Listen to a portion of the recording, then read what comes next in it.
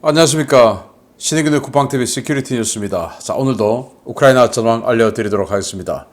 지금 전선에서 굉장히 큰 변화가 일어나고 있습니다. 우크라이나군의 반격 공세가 이번 주는 좀 잦아들 것이다 라고 주초에 이미 예고를 해드렸었죠.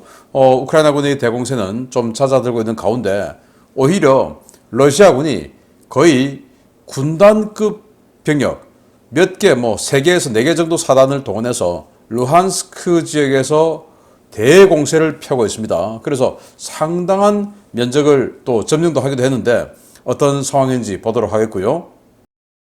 그리고 러시아 내가 진짜 7월 1일이 지나면 뭔가 내전 상태로 들어갈 수 있지도 않을까라는 생각이 들기도 하는데요. 왜냐? 바그너 그룹이 헌병, 군사경찰을 지금 모집에 들어갔는데 그 군사경찰은 관할권을 러시아 정규군도 관할권에 둔다. 그 말은 바그너 그룹의 군사경찰이 러시아 정규군 체포할 수 있다. 이 말이죠. 그러면서 그 정규군에는 게라시모프 총참모장 같은 이런 사람도 들어가는 거죠. 쇼이구 국방장관도 체포할 수 있는 거죠. 완전히 내전 직전 상태로 들어가고 있는 일촉즉발의 러시아 상황 같이 알아보도록 하겠습니다. 신의균 국방TV 구독, 알림, 좋아요 눌러주십시오. 전과를 먼저 보겠습니다. 병력은 680명의 러시아군을 사상시켰다. 전차는 4대 격파, 장갑차 15대 격파, 차량 30대 격파, 특수장비 6대 격파, 야포 44문, 포병이 거의 하루에 1개 포병 여단급이 날아가 버렸습니다. 그리고 무인항공기 9대 격추 등의 전과가 있는데 지금 이 전과가 제가 좀 이따가 알려드릴 러시아군의 대공세, 이 전과가 제대로 카운팅이 안 된 것 같아요. 왜냐? 이 전차나 장갑차가 아주 많이 동원되어서 공격을 하고 있는데 여기는 지금 전차, 장갑차 숫자가 평소 어제 그제하고 거의 다를 바가 없습니다. 아직은 카운팅 안 된 것 같고 제가 주말간에 취합을 해서 다시 크게 알려드릴 시간이 나올 것 같습니다.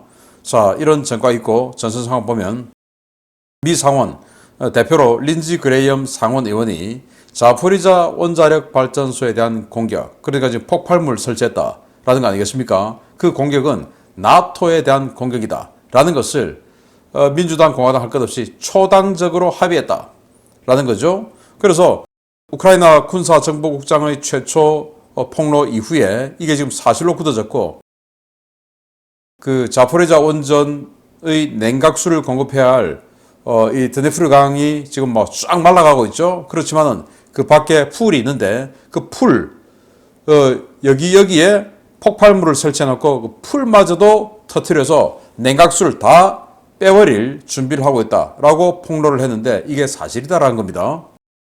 만약에 그 짓을 하면 나토에 대한 공격으로 간주하고, 왜냐? 그 방사능 피폭 희생을 나토 국가들이 당할 수 있기 때문에 하고 대응을 하겠다라고 미 상원 초당적, 그러니까 민주당, 공화당 다 합의했다라는 겁니다. 우크라이나 총참모부는 적이 4개 방면에서 30여 회 공세를 했다라고 발표를 했고 다 막았다라고 하는데 사실과 조금 다른 것 같습니다. 러시아는 푸틴 대통령에 대한 체포 영장을 발부한 ICC 국제형사재판소 판사에 대해서 수배령을 내렸다고 합니다. 야, 이 판사도 굉장히 좀 뭔가 좀 겁이 날 수도 있는데요. 이 사람은 러시아는 평생 못 가게 되겠네요. 아무튼 이런 그 강대강으로 부딪히고 있는 상황 알려드렸고, 러시아가 야간에 순항미사일을 쐈는데 13기 모두 격추시켰다라고 발표를 했습니다. 자, 이렇게 KC-101 그리고 KH-55 등 미사일 13발을 쐈는데 다 요격했다. 그리고 이제 정찰 드론 하나도 요격했다라고 따로 이렇게 발표를 했습니다. 우크라이나 대통령실은 러시아가 킨잘 극초음속 미사일로 드니프로 댐 파괴를 시도했다라고 하는 건데, 이 드니프로 댐을 파괴해서 뭐 하려고 하냐? 지금 이 헤르손 지역에 물이 말라가지고 카프카 댐을 폭파했으니까 물이 말라가지고 우크라이나군이 거의 도보로 건너올 수 있게 되어버렸죠. 그런데 그 헤르손 남쪽에는, 드네프르강 남쪽에 러시아군이 방어선을 만들지 않았습니다. 강이 있으니까. 그래서 그 위에 댐을 다시 터뜨려서 당분간 못 내려오게 하려는 거 아닌가라고 하는데 여기선 드니프로 댐이라고 하는데 다시 이 여러 가지 분석들을 종합해 본 결과 러시아가 이 크리브리흐 이 지역에 이놀레츠 강이 있는데 이 댐 여기를 공격하려 한 것 같다라는 거예요. 여러 가지 미사일이 날아온 정황, 궤도, 속도 이런 것들을 종합해 보면 이 이놀레츠 강의 댐을 공격하려 한 것 같다라는 거고 여기서 이게 터트리면 이제 결국 이게 드네프르 강으로 들어가니까 지류이 있기 때문에 그래서 이 헤르손 지역에 일시적으로 병사들이 도보로 도하할 수 없게 되는 그런 상황을 만들려고 하는 거다. 왜냐 이 드네프르 댐 여기는 너무너무 커요. 그래서 뭐 미사일 한 발로 파괴하기 힘들죠. 그런데 이 댐은 보시다시피 크지 않죠. 이 정도를 파괴하려 한 것 같다라는 건데 뭐 이거나 저거나 간에 아무튼 러시아가 이런 짓을 자꾸 하지 말기를 바랍니다. 유엔 사무총장은 러시아가 어린이 겨냥 전쟁 범죄 행위가 매우 심각하다라는 건데 뭐 어린이를 직접적으로 뭐 전쟁 범죄한다기보다도 어린이를 납치하고 그리고 어린이가 있는 학교, 어린이집 그리고 어린이들이 많이 살고 있는 학교나 어린이집 주변의 아파트 이런 데를 지금 계속 공격해서 많은 어린이들이 피해를 당하고 있다라는 경고를 했고요. 우크라이나 외무장관은 M1A1 에이브람스 전차 미국이 준다는 거죠. 그거 반격 작전 중에 돌연 전선에 나타날 수도 있다라고 얘기를 했는데 이 정도 말을 했으면 거의 지금 전선 투입 임박한 거 아니겠습니까? 이미 독일에서 M1A1 전차 가지고 우크라이나 군이 오래전부터 전술 훈련하고 있었는데 그게 이제 우크라이나 내로 반입되어 들어왔을 정황을 강하게 풍기는 거죠. 젤렌스키 대통령은 지금은 공세가 또 진격이 좀 느려 보이지만 여름에는 속도를 낼 것이다 라고 이야기했는데 여름이 언제죠? 다음 주부터 여름입니다. 7월 공식적으로. 그래서 7월 여름부터는 속도를 낸다 라고 이야기했고 그게 이제 결국 이번 주는 좀 소강 상태가 될 것이다 라고 하는 그거하고 다 이제 일맥상통하는 것이죠. 미국 전쟁연구소 ISW는 우크라이나가 세계 방면에서 반격 작전에 들어가는데 모두 성공적이다 라고 평가를 했고요. 그 세계 방면은 뭐 바실리카, 벨리카 노보실카, 오레오브 이 지역들이죠. 우리가 항상 보고 있는 거. 그리고 우크라이나가 벨리카 노보실카의 동부 지역에서 돌파구를 점차 확장하고 있다라고 이야기했는데 최신 전황 지도는 안 떴어요. 그래서 참고적으로 그저께 거를 보면 여기가 이제 벨리카 노보실카고 여기에서 쑥 치고 내려가고 있죠. 그리고 프리고진의 말로는 이 우로자인 여기는 이미 우크라이나군이 점령했다라고 프리고진이 이야기를 이미 했죠. 그래서 이 밑으로 쑥 더 치고 내려갔을 가능성이 있다라는 거예요. 왜냐? 돌파구를 확장했다라고 하니까. 그리고 지금 여기 러시아군이 반격에서 치고 나오고 있죠. 이 치고 나온 것도 다 제압했을 가능성이 있다라는 거죠. 왜? 확장했다고 하니까. 자, 러시아가 판치르 지대공 미사일 시스템이죠. 뭐 굉장히 성능 좋다라고 카탈로그 데이터로는 선전하고 있는 판치르. 그 판치르를 가지고 방어하고 있는 지역에 스톰 섀도우 미사일이 들어온 겁니다. 그게 어디냐? 크림반도와 헤르손을 잇는 다리. 그 다리 인근에 판치르 시스템이 대공방어를 하고 있었던 거예요. 그런데 그 다리 파괴됐지 않습니까? 그 말은 뭐냐? 판치르 미사일이 그 스톰 섀도우를 요격을 못했다는 말인데 그 요격을 못한 그 영상이 지휘 통제소의 모니터 영상이 유출됐어요. 놀랍게도 아마 러시아군 장병이 이게 도대체 무슨 일이냐, 이게 무슨 요격 시스템이냐 하고 완전히 그냥 빡쳐가지고 열받아가지고 그 공개를 해버린 것 같은데 그 영상 한번 보겠습니다. 네, 지금 뭐 미사일 날아오고 있고 스톰 섀도우를 향해서 판치르를 발사를 합니다. 그렇지만 판치르가 지나가 버렸어요. 왜? 스톰 섀도우는 계속 날아오고 있으니까. 그래서 이 판치르를 두 발을 발사합니다. 그런데 두 발이 다 실패합니다. 어떻게 하냐? 스톰 섀도우는 그래도 계속 날아옵니다. 판치르는 분명히 발사됐는데 그리고는 꽝 하고 다리를 때려버렸어요. 자, 그래서 이렇게 이 판치르라고 하는 이 지대공 미사일 시스템이 이렇게 능력이 없나라고 정말 오죽했으면 이걸 공개했을까. 그래서 이 정보하고 이런 것들을 다 모자이크 처리해서 자기의 신분을 들키지 않으려고 노력은 했을 수 있겠으나 아마도 체포가 되겠죠. 안타깝지만 어쨌든 이 판치리라고 하는 러시아가 자랑하는 최강의 야전 방공 시스템이 스톰 섀도우를 이렇게 못 막나? 또 좀 희한해요. 스톰 섀도우가 뭐 초음속으로 빠른 것도 아니고 아음속입니다. 그리고 스텔스도 아니고 그냥 세미 스텔스예요. 보시다시피 레이더에 보여요. 그리고 뭐 지그재그로 막 회피 기동하는 것도 아니고 그냥 똑바로 날아와요. 어떻게 이걸 두 발이나 쐈는데 못 맞추냐? 정말 황당한 러시아제 무기가 아닌가라고 생각이 되고요. 자, 주요 소식 들어갑니다. 첫 번째입니다.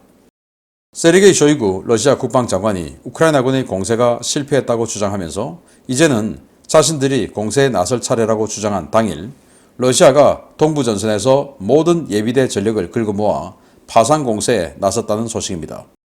러시아군 지휘부 아무래도 전쟁을 마치 전략 시뮬레이션 게임처럼 생각하는 모양입니다. 러시아가 우크라이나군의 남부 공세를 성공적으로 방어했다고 자평하면서 동부전선의 예비대를 총동원해 대규모 공세를 진행 중이며 우크라이나군도 이 지역에 증원 병력을 투입하기 시작했다고 현지 오신트 소식통들이 2월 23일 리포트했습니다.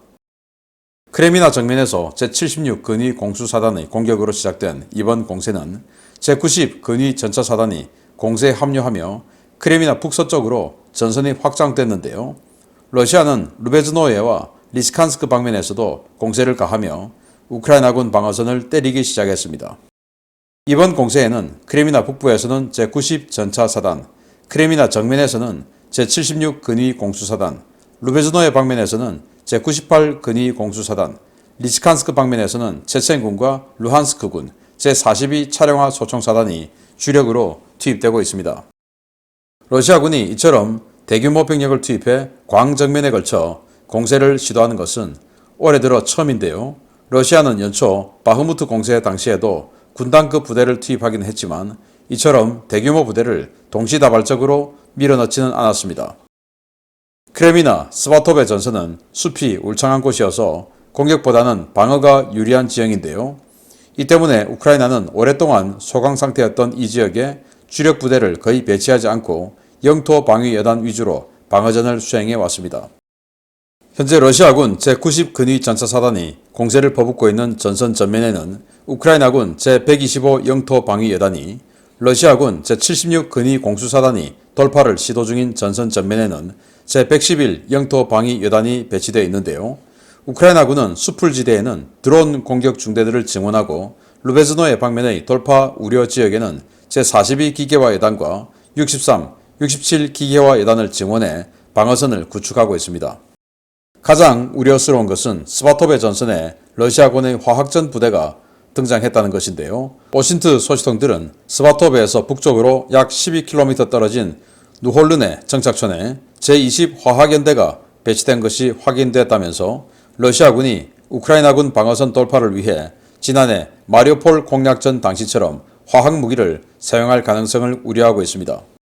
문제는 동부전선에서 진행되고 있는 러시아군의 공세가 과연 언제까지 진행될 것이냐 하는 것과 러시아가 공세를 계속할 만한 병력과 장비를 충분히 갖고 있느냐 하는 것입니다.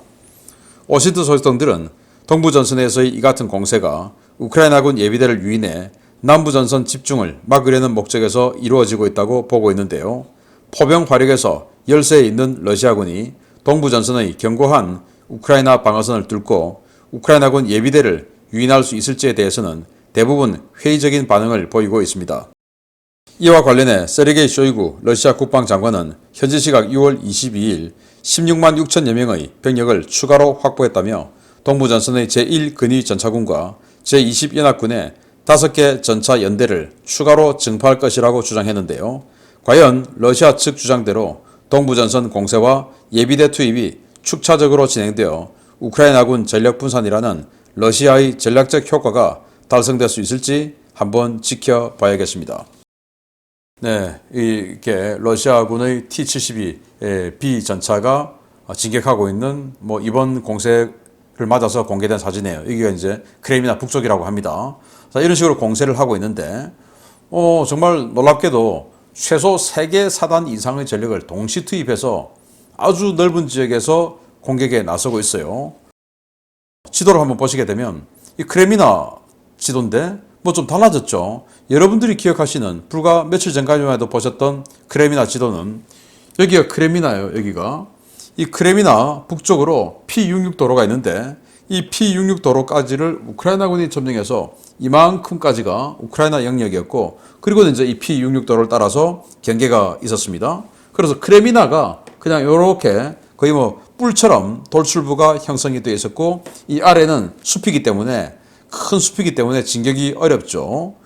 그런데 지금 보시다시피 크레미나보다 훨씬 더 많이 P66도로 오른쪽으로 우크라이나군이 진격해 있었는데, 그 훨씬 왼쪽으로 이만큼 지금 러시아군이 치고 나왔다 라는 거고, 그 아래에서도 숲 쪽으로도 지금 진격을 해 들어가고 있고, 그리고 그 남쪽 루베즈노에 리스칸스크 이 지역에서도 지금 치고 나오고 있는 겁니다. 리스칸스크가 바로 세베로도네츠크, 작년 하반기에 그 유명한 세베로도네츠크 전투했던 바로 그 지역이죠. 여기에서 이렇게 또 치고 나오고 있습니다. 야, 그래서 이만큼 넓은 면적을 러시아가 점령했는데, 여기 지금 이 전황 보면 러시아군의 전차 7대, 그리고 장갑차 12대, 그리고 포 21문이 파괴됐다 라고 지금 여기 나오고 있죠. 뭐 이런 식으로 피해가 커요, 제법. 야, 그런데 왜 이런 짓을 할까? 일단 이 러시아군의 최강 전차죠, T-90M 전차 진행하다가 우크라이나군의 대전차 지뢰를 받고 파괴되는 동영상 간단하게 하나 보시겠습니다.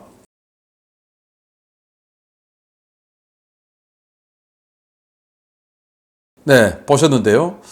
이런 식으로 뭐 여기저기에서 굉장히 치열하게 전투 피해가 속출하고 있고 전투가 벌어지고 있는 상황이에요. 자, 그러면은 러시아가 왜 이런 짓을 할까?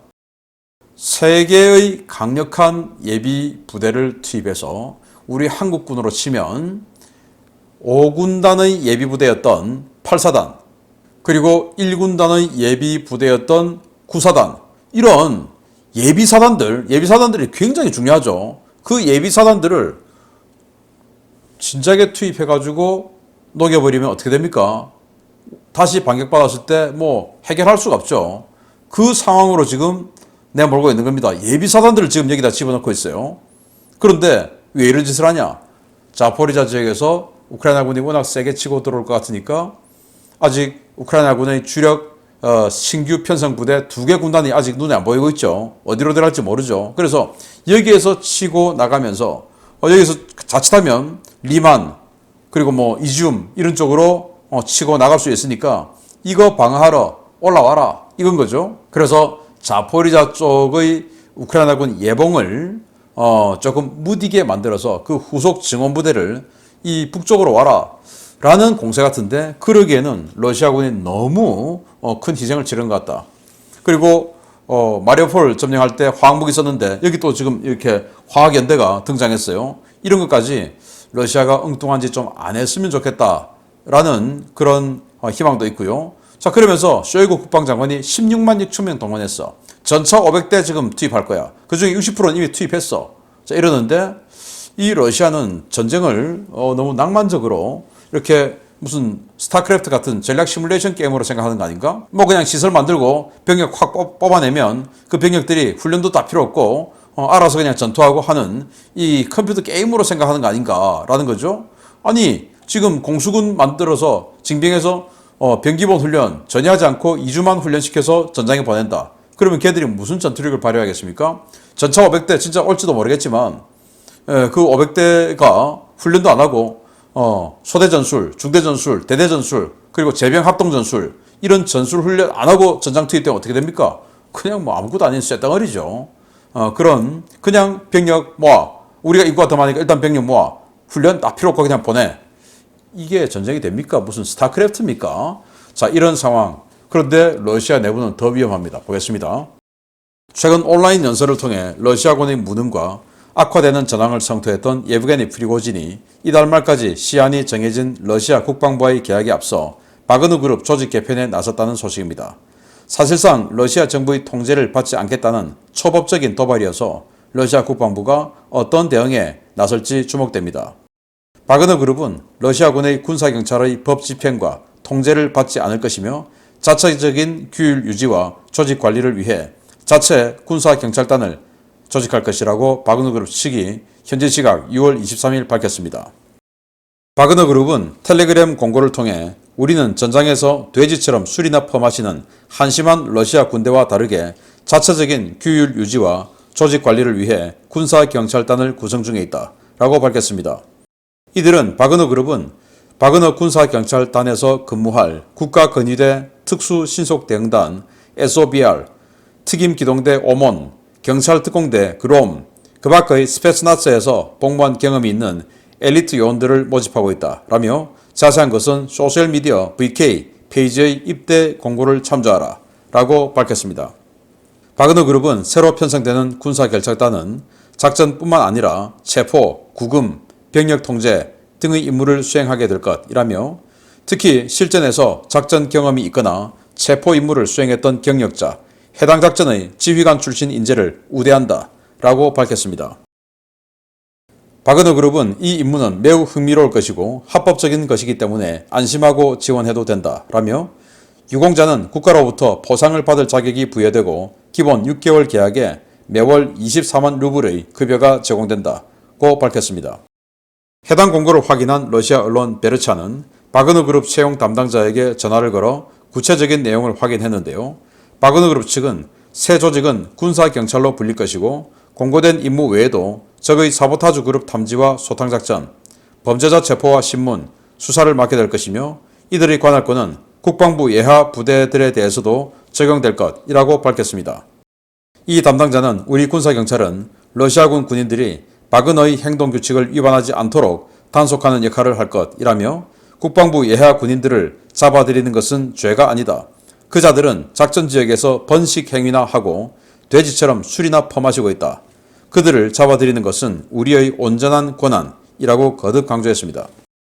바그너 그룹의 군사경찰 조직 창설은 현재 전선과 전국 각지에서 활동 중인 러시아군 정규 군사경찰 조직을 완전히 무시하는 것으로 이들이 러시아군에 대해서도 사법권을 행사하겠다는 초법적 발상을 드러낸 것인데요. 이 조직이 확대될 경우 일선에서는 엄청난 혼란이 벌어질 것으로 예상됩니다. 러시아 밀 블로거들은 바그너 그룹이 지난달 제72 차량화 소총 여단장을 체포해 고문했던 것처럼 향후 군사경찰단을 이용해 러시아군에 대한 무차별 사법권 행사를 시도할 가능성과 이 과정에서 군과 바그너 그룹 간의 무력 충돌 우려가 크다고 보고 있는데요. 7월 1일 이후 과연 어떤 일이 벌어질지 정말 궁금해집니다. 네, 7월 1일까지 러시아 국방부하고 모든 용병 조직은 계약해라. 그리고 통제는 국방부가 한다.